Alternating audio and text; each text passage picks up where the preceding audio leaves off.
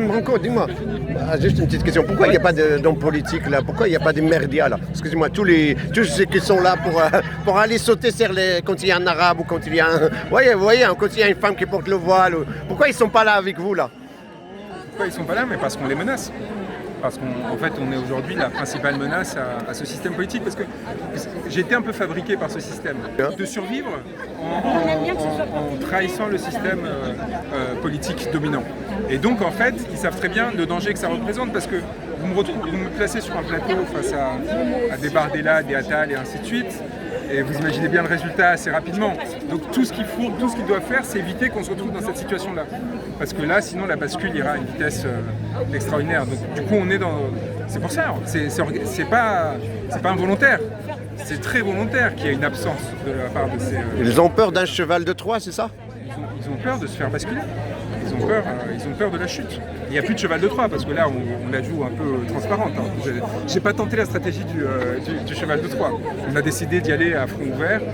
Bon, ça crée des difficultés, mais en même temps, du coup, ça nous permet de nous retrouver et de mener des démarches qui, à mon avis, vont arriver à leur terme. On va y arriver. Hein. Merci. Je suis la dame des Hauts-de-France qui avait sur les réseaux sociaux insulté notre cher président, l'ordure.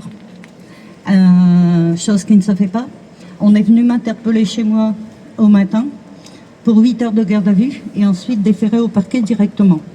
Je n'ai jamais eu de condamnation. Par contre, j'ai toujours défendu depuis des années les sans-papiers,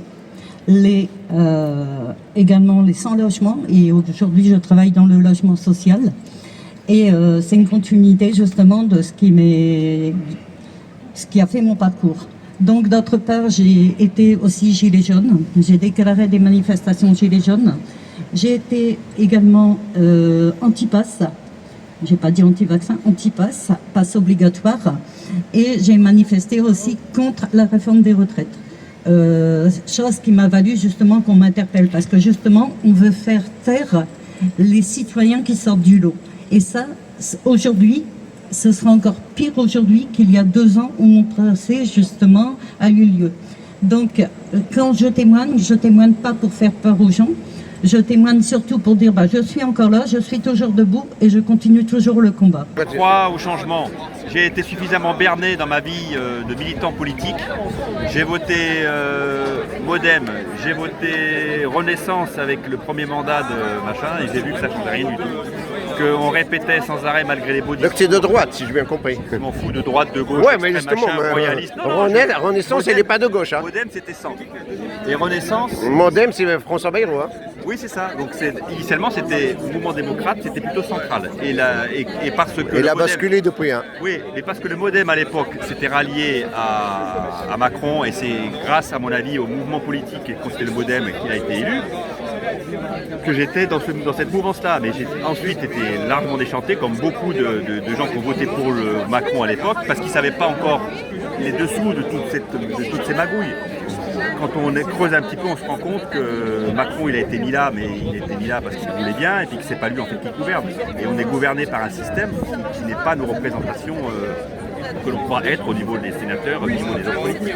C'est tout. Donc ce que propose Juan, suite aux Gilets jaunes et tout ce qu'il dit et tout ce qu'il montre par ses écrits, par ses bouquins, par son programme qui est dorénavant déjà en ligne, il est disponible son programme, donc les gens regardent un petit peu.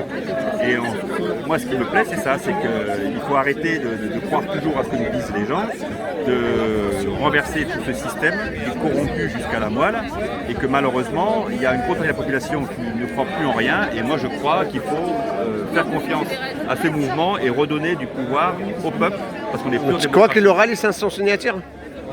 Oui. Oui, mais tu es sûr de toi? Il y a combien de maires? Il y a combien? 130 000 35 000. Il y a 35 000 maires. Il y a beaucoup de maires ruraux dans les petites communes rurales, 300, 500 habitants.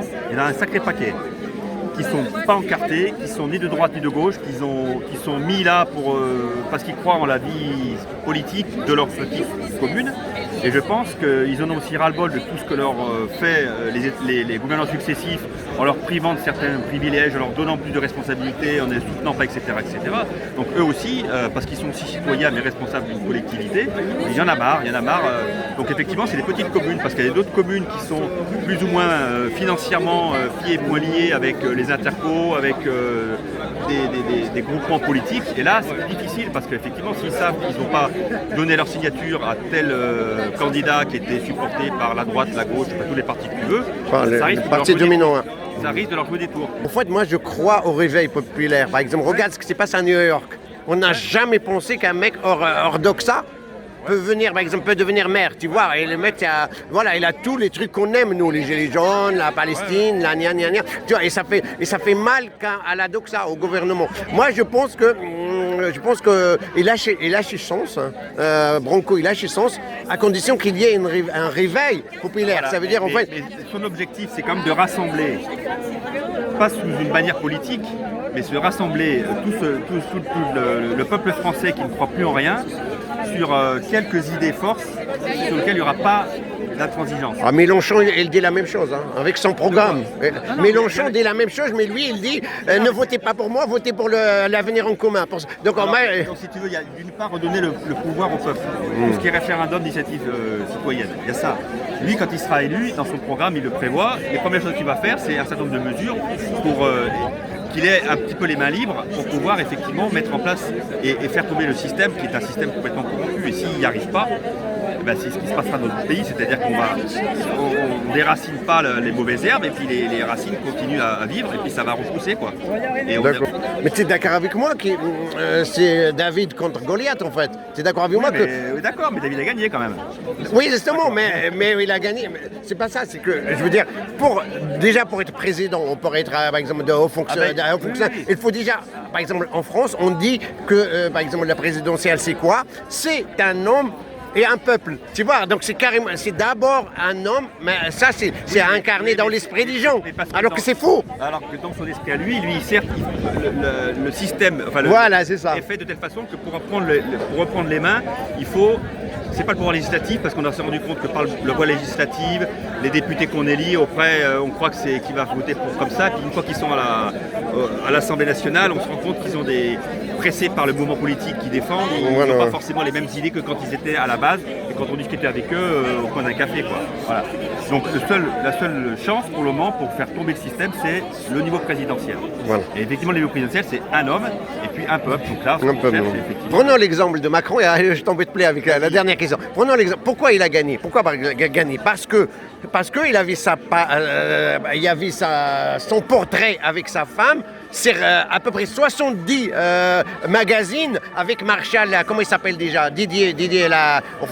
Donc voilà, donc tu as compris un peu. Non, ça veut dire qu'après il y a le pouvoir des médias, il y a le pouvoir... Voilà, donc, mais tu as compris ce que je veux dire, mais c'est qu'il manque à Juan Branco. Il n'y a pas, mais il se mettra jamais dans ça. Mais oui, mais il le faut pour devenir président. Non, justement, lui ce qu'il espère, c'est qu'il y a un mouvement populaire qui se mette en place. Ah d'accord, ouais. Et que ça soit la base qui porte cette candidature.